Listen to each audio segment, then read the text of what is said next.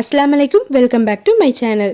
இப்போனா நமக்கு வர marriage invitations எல்லாமே மோஸ்ட்லி நல்ல டெக்கரேட்டிவாகவும் நல்ல கிராண்டாகவும் தான் வருது. இந்த கார்ட்ஸ் எல்லாத்தையுமே மேரேஜ் டேட் முடிஞ்சதுமே நம்ம வேஸ்ட்டுன்னு சொல்லி தூக்கி தான் போடுறோம் இல்லையா? இதையுமே நம்ம வீட்டுக்கு ரொம்பவே யூஸ்ஃபுல்லாக மாற்ற முடியும். அது எப்படின்னு சொல்லி 4 ஐடியாஸ் சூப்பராக இந்த வீடியோவில் காமிச்சிருக்கேன். ஸோ ஸ்கிப் பண்ணாமல் பாருங்கள். அதுக்கு முன்னாடி என்னோட சேனல் இப்போ தான் ஃபஸ்ட் டைம் பார்க்குறீங்க அப்படின்னா சப்ஸ்கிரைப் பண்ணிக்கோங்க. இப்போ வாங்க வீடியோக்குள்ளே போயிடலாம்.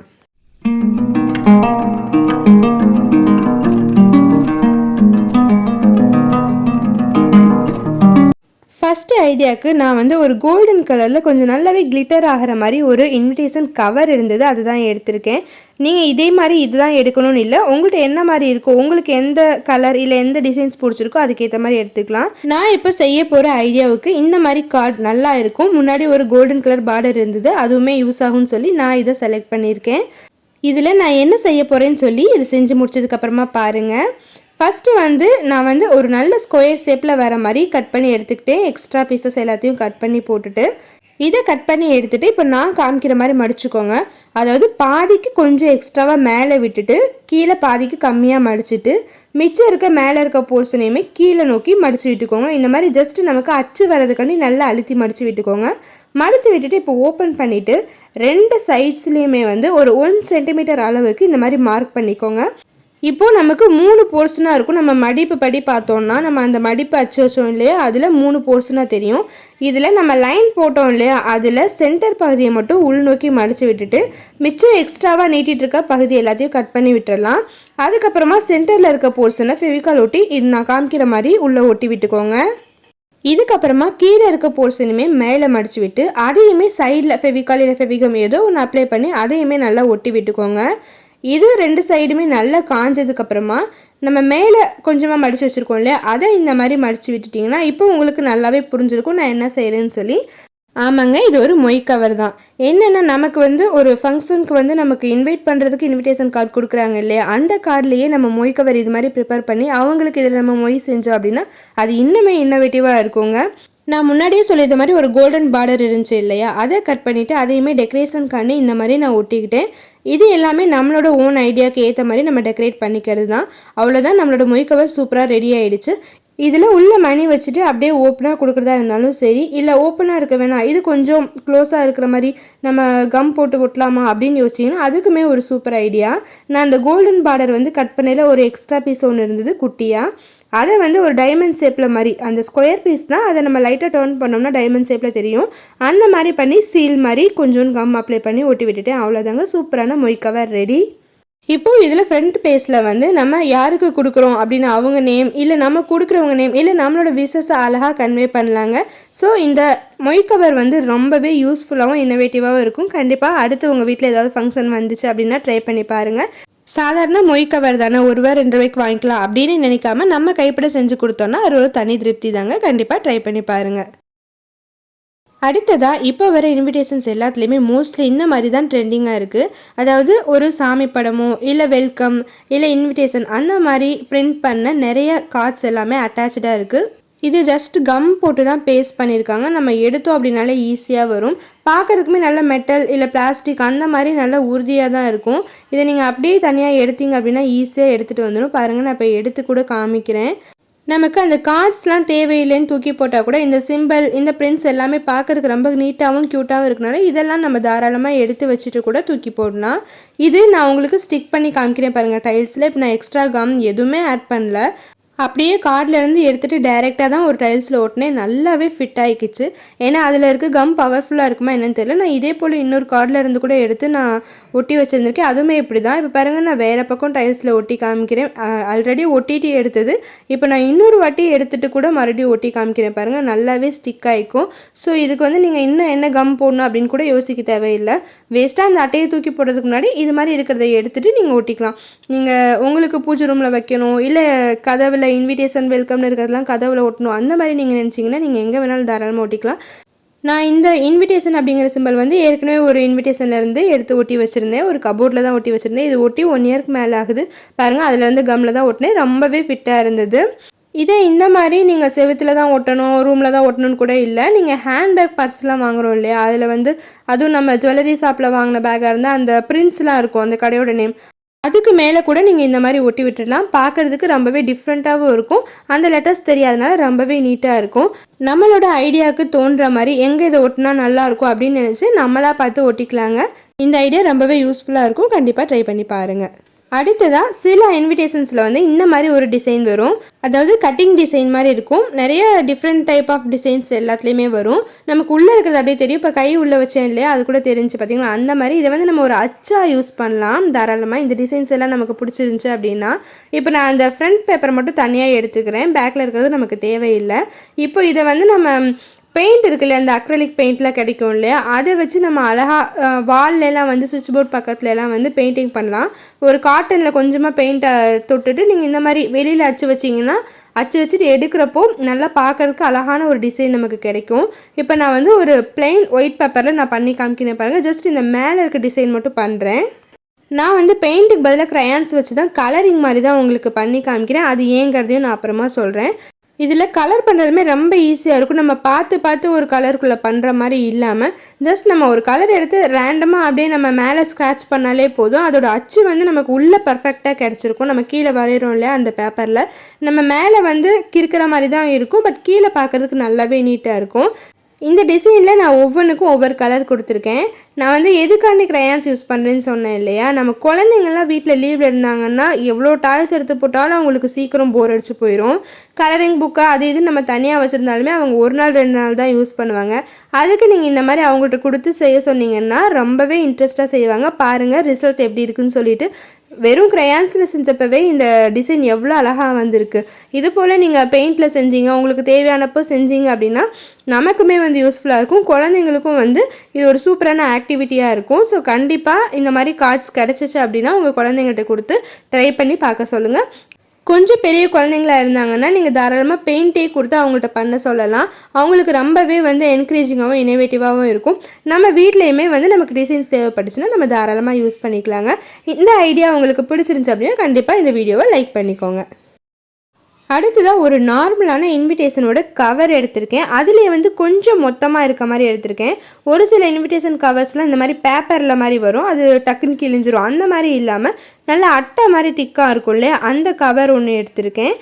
இதில் மேலே வந்து ஓப்பன் பண்ணுறதுக்குன்னு சொல்லி ஒரு அட்டை இருக்கு இல்லையா, அது நமக்கு தேவையில்லை. அது தனியாக கட் பண்ணி எடுத்துக்கலாம். இதை கட் பண்ணதுக்கு அப்புறமே இந்த இன்விடேஷன் கவர் வந்து ஒரு ஃபோல்டர் மாதிரி நமக்கு ரெடி ஆகிடும். இதை வந்து நம்ம ஒரு ஃபோல்டராக நம்ம டைல்ஸ்லேயோ இல்லைனா டோர்லேயோ ஸ்டிக் பண்ணி தான் யூஸ் பண்ண போகிறோம். இதுக்கு நம்ம ஃப்ரண்ட் சைடில் வந்து டபுள் சைட் டேப்பை 4 கார்னர்லேயும் கொஞ்சமாக கட் பண்ணி ஒட்டிக்கலாம். இதை இப்போ அப்படியே நம்ம வந்து நமக்கு எங்கே தேவையோ அந்த இடத்துல நம்ம நல்லா ஒட்டி விட்டுறலாம். இதை ஒட்டி விட்டுட்டாலே போதும், நமக்கு சூப்பரான ஃபோல்டர் ரெடி. அதாவது நம்ம இபி புக்காக இருக்கட்டும், இல்லை கேஸ் புக்கு, இல்லைன்னா பால் அட்டை, கேபிள் அட்டை, அது மாதிரி நம்ம ரெகுலராக யூஸ் பண்ணுவோம் இல்லையா, அது எல்லாத்தையுமே இந்த மாதிரி நீங்கள் ஃபோல்டருக்குள்ள ஒவ்வொன்றா வச்சுக்கலாம். இது வந்து நம்ம கொஞ்சம் ஸ்ட்ராங்கான அட்டை எடுத்துருக்கனால ஓரளவுக்கு வெயிட் தாங்கும். பட் வெயிட்லெஸ்ஸான பேப்பர் மாதிரி இருக்கிறது எடுத்திங்கன்னா கண்டிப்பாக சீக்கிரம் கிழிஞ்சிரும். அதே போல் ரொம்ப ஹெவியான ஐட்டம்ஸ்லாம் நம்ம வந்து இதில் வைக்க வேணாம். வெயிட்லெஸ்ஸான ரெகுலர் யூஸ்க்கு தேவைப்படுற இந்த பால் அட்டை, கரண்ட் அட்டை அது மாதிரி வச்சுக்கிட்டிங்கன்னா இது ரொம்பவே ஒரு சூப்பர் அண்ட் யூஸ்ஃபுல்லான ஐடியான்னு தான் சொல்லணுங்க. இதை கொஞ்ச நாள் யூஸ் பண்ணிவிட்டு நமக்கு பழசாயிடுச்சு இல்லை கொஞ்சம் கிழிஞ்ச மாதிரி ஆயிடுச்சு அப்படின்னா நம்ம இன்னொரு கவர் கூட நம்ம மாற்றி வச்சுக்கலாங்க. ஸோ கண்டிப்பாக ட்ரை பண்ணி பாருங்கள். Idea number 1. இப்போல்லாம் நிறைய இன்விடேஷன்ஸ் வந்து இந்த மாதிரி கட் டிசைனோட வருது. முன்னாடி வந்து அதில் வந்து கொஞ்சம் கிளிட்டரிங் பேப்பர்ஸ் ஆட் பண்ணியும் இருக்கும், சிலது எம்டியாகவும் இருக்கும். ஆனால் இந்த மாதிரி கட் டிசைன்ஸோடு இருக்கும். இந்த இன்விடேஷன்ஸ் எல்லாமே ரொம்பவே பார்க்கறதுக்கு நீட்டாக இருக்கும். இதை நம்ம வீட்டுக்கு சூப்பராக ஒரு ஐடியா பண்ணி யூஸ் பண்ணலாம். இதுக்கு நான் இந்த மாதிரி கொஞ்சமாக ஒன் சைடு மட்டும் கட் டிசைன்ஸ் இருக்குது இல்லையா, அதுதான் எடுத்திருக்கேன். அதையுமே வந்து அந்த கட் டிசைன்ஸ் இருக்க இடத்த மட்டும் கட் பண்ணி எடுத்துக்கிறேன், மற்றது நமக்கு தேவையில்லை. இதை கட் பண்ணி எடுத்ததுக்கப்புறமா இதை ஒரு க்ளோப் மாதிரி உருண்டையாக வர மாதிரி செஞ்சு அந்த கொஞ்சம் கார்னரில் வந்து க்ளூ போட்டு ஒட்டி எடுத்துக்க போகிறேன். இப்போ நான் செய்ய போகிற ஐடியா நம்ம வீட்டில் நிறைய பேர் வந்து இதை என்னடா செய்யறதுன்னு யோசிச்சுட்டு இருந்த பிரச்சனைக்கு ஒரு சூப்பரான சொல்யூஷனாக தான் இருக்கும்.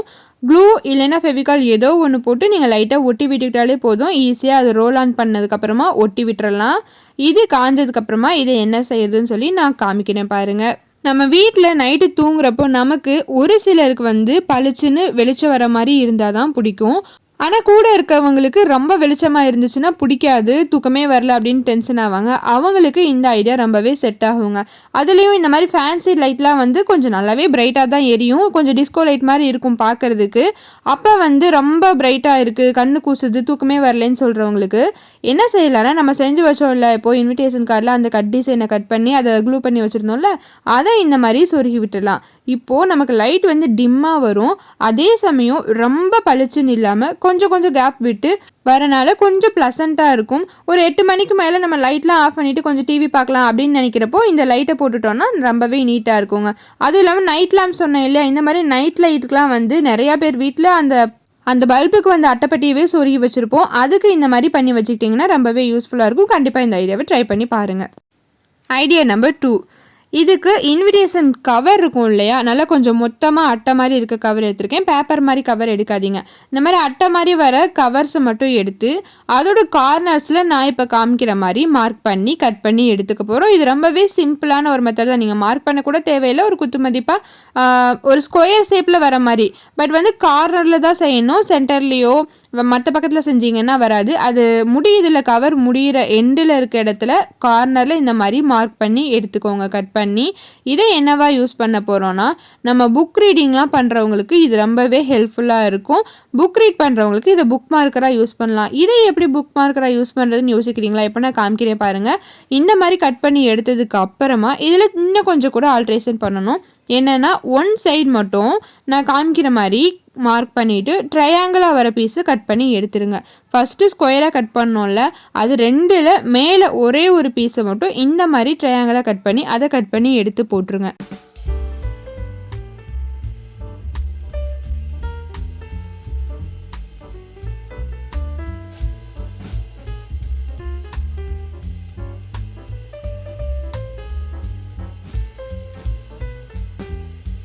இதே மாதிரி 2லேயுமே கட் பண்ணி எடுத்துக்கிட்டேன். இப்போ நம்ம புக் படிக்கிறவங்களுக்காக இருந்தாலும் சரி, பசங்களுக்கு ஹோம்ஒர்க் எழுதுறதுக்கு ரஃப் நோட் எல்லாம் இந்த மார்க்கர் ரொம்பவே யூஸ்ஃபுல்லாக இருக்கும்.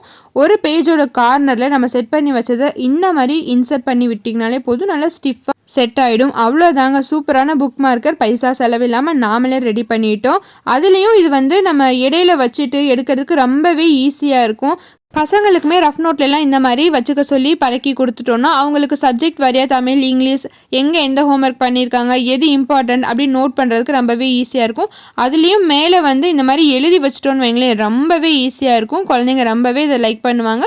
புக் ரீட் பண்ணுறவங்க நமக்குமே ரொம்பவே ஈஸியாக இருக்குங்க. கண்டிப்பாக இந்த ஐடியா பிடிச்சிருச்சுன்னா ட்ரை பண்ணி பாருங்கள்.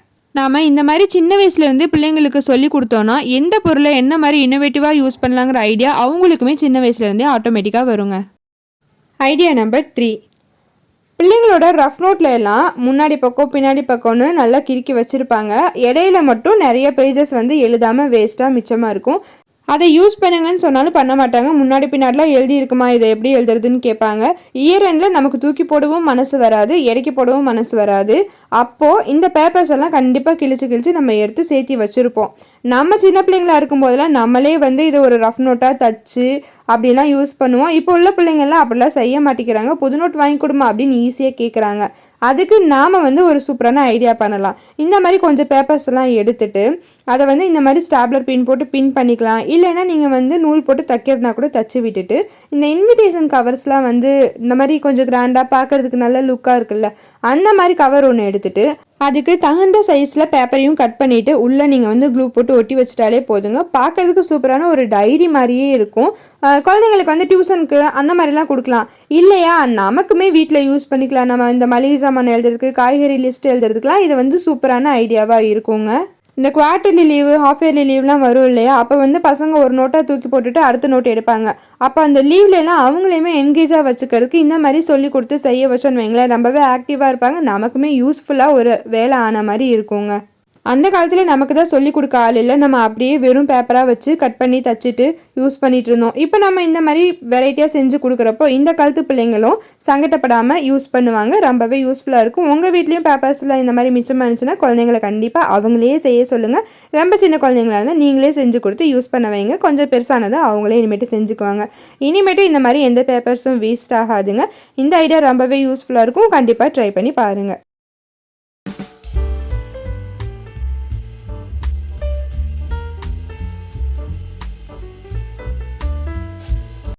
ஐடியா நம்பர் 4, நிறைய இன்விடேஷன்ஸில் உள்ளே இருக்க கார்டு, அந்த லெட்டர்ஸ்லாம் இருக்குல்ல, நேமு, பிளேஸு, அந்த எல்லாமே வந்து தனியாக அட்டாச் தான் பண்ணியிருப்பாங்க 2 பேப்பரில்.